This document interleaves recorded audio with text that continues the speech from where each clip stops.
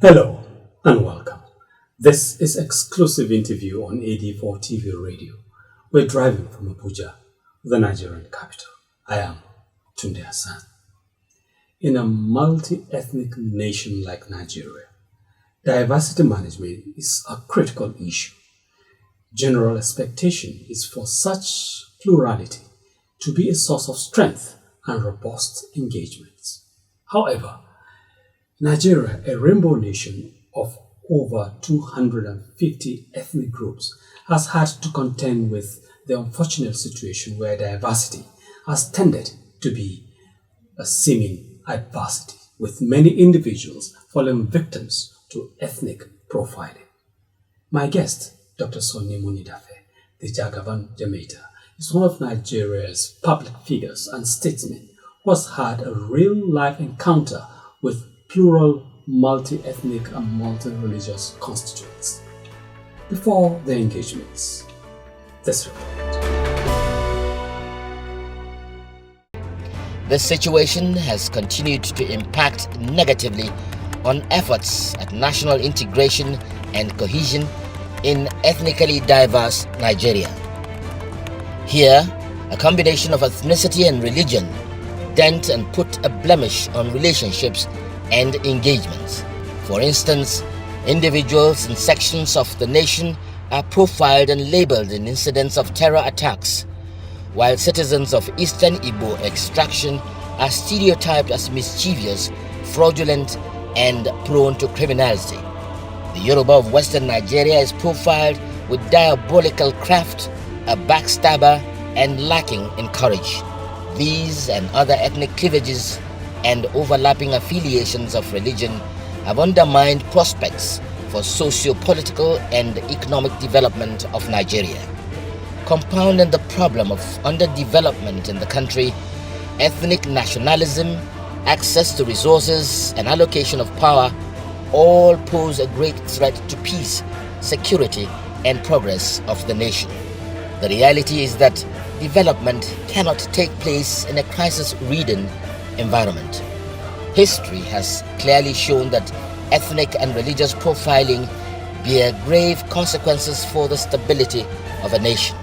Such breed intolerance and fanatical hatred, as typified by in the breakup of what used to be one territory, now broken into India, Pakistan, and Bangladesh in an intractable state of animosity and mutual threat to one another.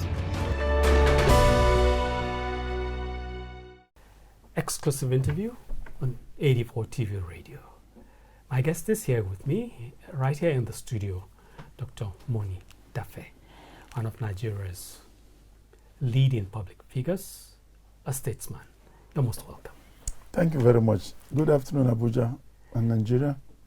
I think the logical standpoint for the discussion will be to have a brief understanding of your encounters with the multi-ethnic and multi-religious configuration of this country. Well, thank you for having me. A brief recap of my history, my story. My father left Warri. That's in Delta State. Southwest Nigeria. South Nigeria. Yes. Beg your pardon. Delta State, Warri, Delta State, for Burutu in 1950, and took a boat. Those days when the rivers were flowing without any interruptions, took a boat upstream up to Jamaica. He was going to meet his cousin, Chief Oruma, both of them late, who was working with I think UAC or John Holt in Jamaica. On getting there after so many months on the river, he was told that Chief Oruma had been transferred to Jos. So, and you know, those days between Jos and Yola, in the 80s, we used to make it in 4 hours, Jos to Yola. But before then, it would take you 2 to 3 weeks because of the bad nature of the roads. Just to Yola. Just to Yola. So he decided to stay back in Jamaica to get a grip of himself before proceeding to join his cousin in Jos, and ended up staying there. He was the first photographer in that axis. The late Lamido, God rest his soul, was his very good friend. He was a local constabulary. They call him Nandoka for those days. Opposite my father's house, close to the Alhaji Bakari family house.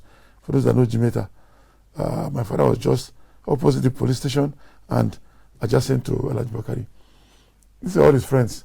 Bamuka Tukur's family, the Gambo Jimetas, Alibaba, late Alibaba, all of them were my father's contemporaries in Jimeta. So I grew up in that kind of environment. Now, by the way, see how I'm dressed. I was on Saturday made the Jagaba of Jimeta. Oh, congratulations. And Uroboman. Uroboman Yes. from South Nigeria, the coastal area of Nigeria. Yes. A traditional title holder in the Jimeta. northeast of Nigeria. Yes, Jimeta. Jagaba. You know what Jagaba means? At the forefront. So I'm propagating the image of Jimeta and by extension, Nigeria as a whole. We are all one people. I have had these discussions, I think, with you off camera in the past. If you look at almost every tribe in Nigeria, almost every tribe, you will find somebody, if it's a Christian family, you dig down deep, you will see Muslims in the family, and vice versa. It's a Muslim family, you will dig down, you see Christians. In terms of ethnicity, look at my own story again. My wife's elder sister's 2 children. She has 4 girls. First 2 are married to one. First daughter from husband from Edo State. Second daughter's husband from Kaduna State. Then my wife's elder brother, the wife is Yoruba. The immediate guy to the second boy in the family, third child, his wife is Chamba, and my wife and my husband. Then my wife's immediate younger sister, the husband is from Abia State. Now we have such a diversity across board in this country. Like you said in your introduction, 250 ethnic groups. I read a book by O.O. Sander for my first degree thesis in 1991. He said there are about 450 tribes, 250 or so ethnic groups, but tribes. I say tribes, like if it's an ethnic group, it can be the Domas, for example, and the Gedes ethnic group. Tribe, you now separate them. If you say in south, Urobo and Isheki and Isoko, you could count them to be ethnic group. But tribes, Urobo and Isoko. Now there are 250 or so ethnic groups and close to 500 different tribes in this country. How, if we keep going to our ethnic enclaves, we won't have problems, beats me whole. Yeah, because that's really the issue here. We've lived together for quite a long time. Yeah. I mean, even predating the presence of the colonialists. Yeah. And through the years of colonialism and independence. But here we are, over 60 years after independence, still playing the ethnic tribal card. Why couldn't we blend it into a national... Selfishness. Now, in 1991, that is what I said I did. 1991. I came out... Selfishness. Economic gains. Political power. You know, in the past, for example, you could hardly hear there were the NEPO elements, like Aminu Kano, like Balarabe Musa, and the rest of them. God rest their souls. These were elements of the North who were very radical. You would hear them condemning a northern leader. But majority of northerners never ever used to criticize northern leaders in government. They had a way of resolving it. Not openly. I made that recommendations in 1991 that a time will come when they will start criticizing. It's happening now. Why? Economic gains, political power. They feel they have to come out and insult and blast everybody in order to belong. Now, sadly, those ruling us today, look at their history. They don't talk about religion or tribe when they're in power. That is a uncanny consequence. Yes. I mean, the situation. Those are the helm of affairs. Relate pretty well with each other. With one another. Yes. So why did this connect? Economic gains and political power. Again, I repeat. Now, forgive me if I go back a little bit, not too far. When they were divided, having this retirement benefits for Senate presidents, I was told the meeting held somewhere in the southeast, and the person that moved the motion for it to be adopted that the Senate president was entitled to retirement benefits was the former governor of Zamfara State, Yerima Bakura. He moved it, seconded by Stella Odua. Muslim male moved the motion for the Senate president to be made a beneficiary of retirement benefits, supported by a Christian female Southerner. What does that tell you? It's about self. So Nigerians must wake up. Anybody bringing religion or ethnicity to you wants to deceive you. We must learn to change the narrative. We must learn to think outside the box. Yes, I agree that there's need for zoning to be in our constitution, for employment, but for political office, for example, we should gradually start doing away with this zoning. We are all one. Because I recollect years ago, George Bush Sr. was the American president. His first son, George Bush Jr., became the governor of Atlanta, Georgia. And later? Texas. Yes, and then that same period, his younger brother, Jeb Bush, was governor in Florida. And America didn't born. So we must stop being deceived. We are all one. Now, Nigeria is so blessed. If we can only get this thing right, we'll be good to go. Now, we have this situation that is so degenerated that we have things that we would have thought would have been consigned to the past. Agitations to break the nation on the platform, on the basis of tribe, ethnicity. Not even any other developmental issue, but tribalism, ethnicity. That must be a huge concern for a person with your kind of background, the circumstances of your upbringing. I'm very concerned today, very concerned. I witnessed the Awari, the divide, let's separate. Awari means let's separate. In 1966, in Jamaica. That's the situation predating the Nigerian Civil War. The ethnically heavy on one side, military junta took over government in 1966, January, and killed many northern leaders. And then they started waxing records, and the North became very agitated and had a counter coup. Before the coup, there was this situation where the pogrom, where Igbos were targeted in the North and many were killed. I was in St. Teresa's Primary School, Jamaica. I witnessed it. It was not funny. A young boy of about 10 years then, we had to run to the police barracks in Jamaica. In the evening, we had to walk back with my elder sister home. We saw corpses lying on the road, on the floor. We knew many of them. A serious disconnect led to the Civil War. I know what happened. I witnessed the program in Jamaica, 1966.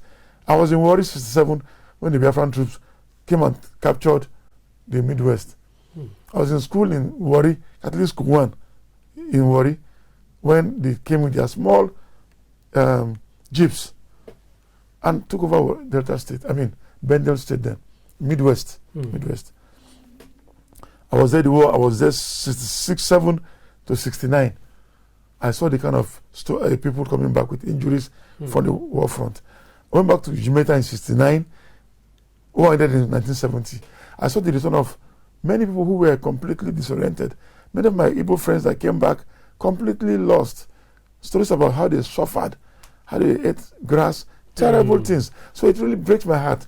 Now, you cannot force somebody to belong to this country. But I want to appeal to them. You have your Igbo brothers that are most industrious and are spread across the length and breadth of Nigeria. They're everywhere. They have assets. Somebody mentioned that assets over 40 trillion naira in the north. Apart from Lagos, Alaba, name those markets. All over the place. So if we just stop being deceived, we have to look at our strengths and start thinking outside the box and decide that, look, we can't go that route anymore. Sadly, the people that are mentioning agitation for division in the southeast want to pull in the south people. They say they don't want to go. They cannot go. Now, if only the Igbos pull out, they'll be landlocked. How do you have access to the sea? Will there even be peace? So many things. We can't afford that. So we must stop this agitation.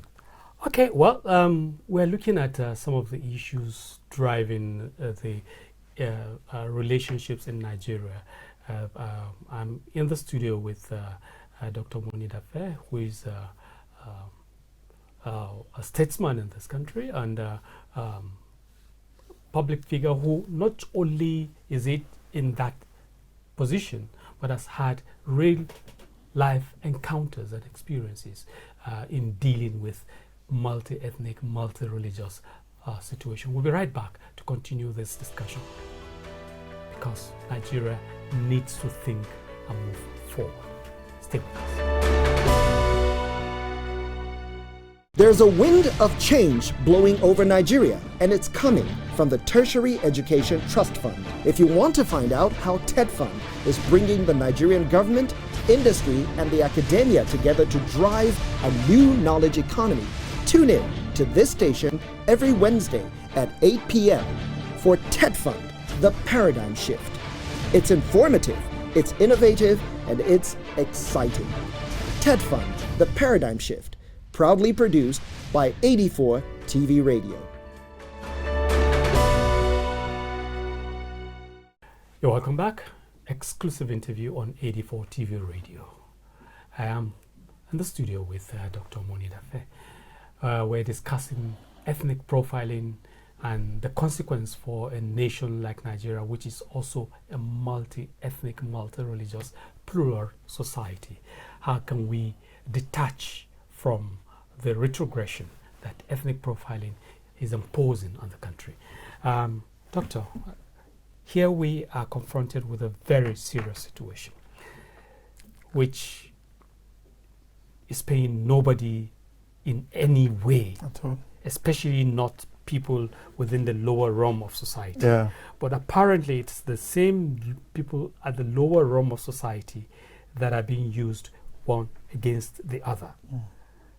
How can we detach the nation and the bulk of Nigerians from being exposed and used in this manner? Before I answer that question about how can we detach the followers from this current situation, let me remind you and Nigerians that I'm the Jagaba of Jamaica, and then aspiring to be the national chairman of the APC. That's the current ruling party in Nigeria. Not for anything, but because I want to tell Nigerians that you can aspire to be anything in this country. And it's high time we go to that level. Now, to answer your question, simply, let's keep educating them. Let's keep reminding them that the people that want to do these things don't love you. They're just trying to use you. They're trying to use people. Now, luckily for us, at the lower rungs over there, many of these people live together. It's the, sadly, the educated. Among them. Look, I'm amazed at educated Nigerians. Education and social media particularly has exposed the underbelly of our religion. It has shown that our educated people are not educated. They are not streetwise. They are so gullible. They are so blinded by whatever, and it's amazing. But as for the grassroots people down there, I believe they have been living together and they are wise enough. I spent about this year, this is 2nd August, I spent close to 2-3 months cumulative in Jamaica, and I've seen people that have been living as one. I met this young 12, 13-year-old girl. What's your name? He told me, Yoruba. Are you Yoruba? I said, no. Her father and mother, Adamawa Michika. Yes. And she bears a Yoruba name. She was born in, I think, Ekiti State. The father has now come back. Now we have such people in millions across Nigeria. We should not do anything that would divide. How can we change this ugly narrative? Reorientation. Tell people every day that this is the booby trap they are walking into. And then we must reorient our minds. You see, that popular saying about change beginning with me is very, very important at this stage. We must decide that we want to change. If we want to be the change in the society, we must be that change factor. We must think outside the box. We must do things differently. There's this funny post going around social media about people complaining about Nigeria when you cannot even obey simple traffic rules. A little digression, but it's relevant. If you don't change your attitude, your mindset, we cannot change anything. Because you just go and believe that, yes, you have to just tweak your religion or your tribe to get appointed. No. Okay, I can, let's put you on the table. I'm aware that at some point, notwithstanding your coming from the south of Nigeria. No, my father came from the south. I'm from Jamaica. I'm from Jamaica. You stood election. Yes. To the Legislative House. House of Reps in Yola North, Yola South, Gire. Beautiful. Yeah. Now, how did it play out? Honestly, I mean, within the context of this ethnic coloration of our politics. Ethnicity didn't come in because I was accepted by everybody. What actually happened was that some people played the religious card. I was campaigning and I was told that somebody whom I had left in Lagos told I was going to Yola to go and campaign for House of Reps ticket. Suddenly came to Yola and was campaigning in my constituency. Now I later found out that he was a young guy then.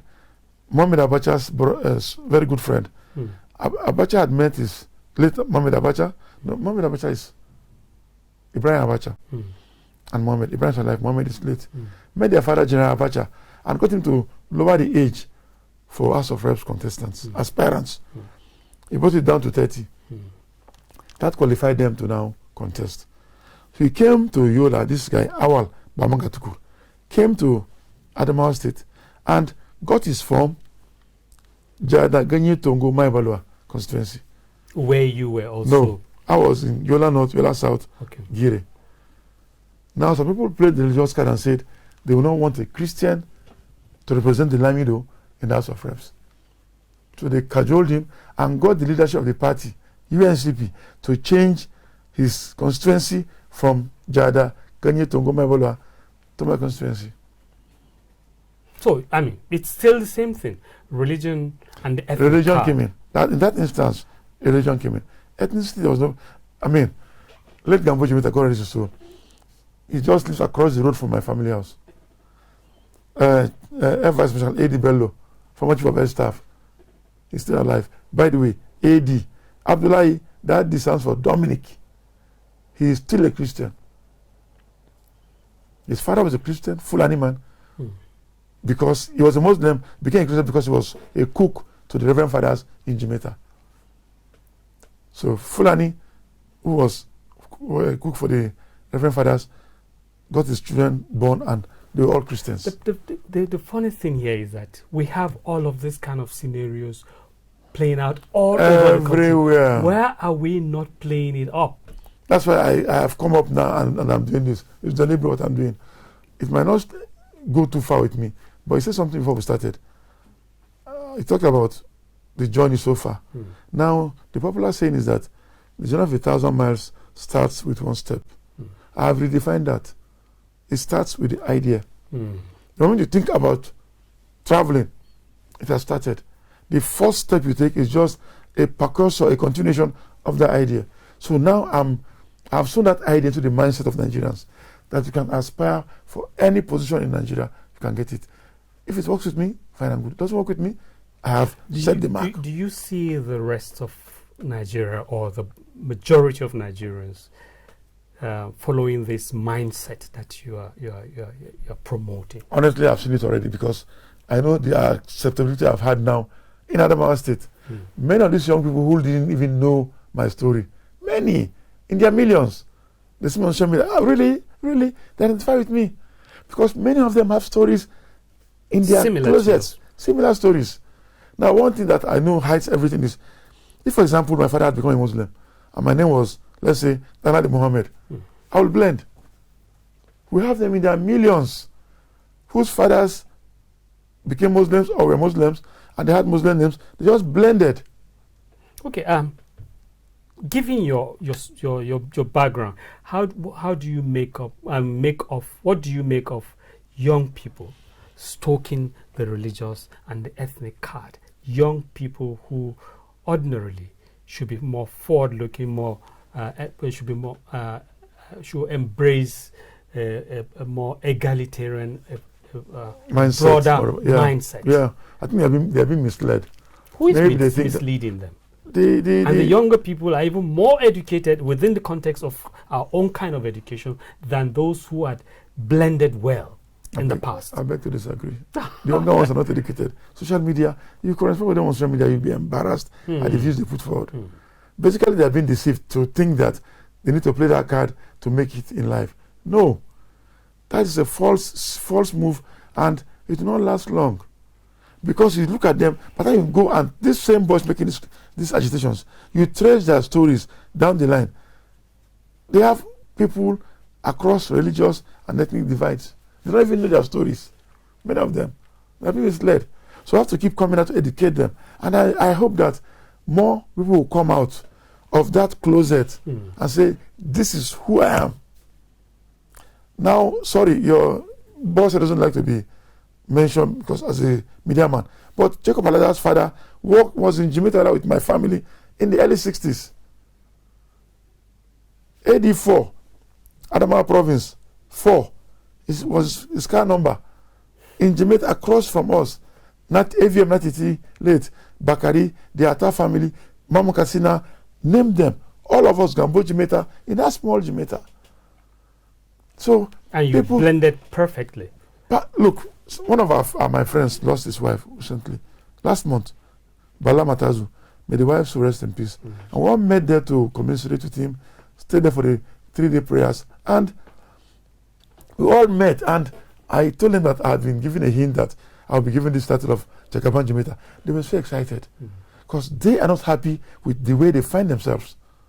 We had more rapport when we were growing up. We were all friends.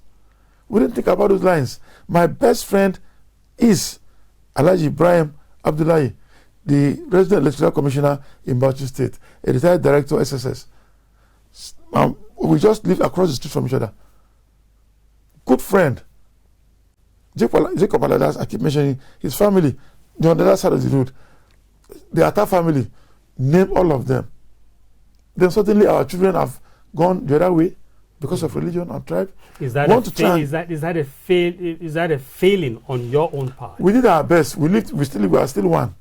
Apparently they followed young friends. The older ones. The younger ones are being misled. Maybe they want money, they want everything, they want power. Like I keep mentioning young people. I love young people because I've always said it, success without the successor is failure. Now, I know that in the past, I've had a story where a young university teenager, SG president, won the elections and appointed 100 or so advisors. Students. You see a young boy with his SG president with a beautiful girl as his PA. They've already caught the trend. So we want to try and look, with this title, I want to tell them that we can go back to the past, live in harmony, live in brotherhood, live in peace, and enjoy ourselves. Well, we sincerely share your optimism about redefining our path in this country as a plural, multi-ethnic, multi-religious society, and hoping that that will be the basis of furthering the development of the country. I've been engaging with Dr. Sonny Hemoni Dafe, the Jagaban Jamaica. Let me also say at this point again, congratulations. Thank you very much. We really wish you the very best as you take on this traditional, let me say, responsibility. It is. The very best of it. Thank you very much. And thank you very much for sharing with us on this platform. Thanks for having me. And that's it on exclusive interview on AD4 TV Radio. I am Tunde Hassan. Thanks for being with us.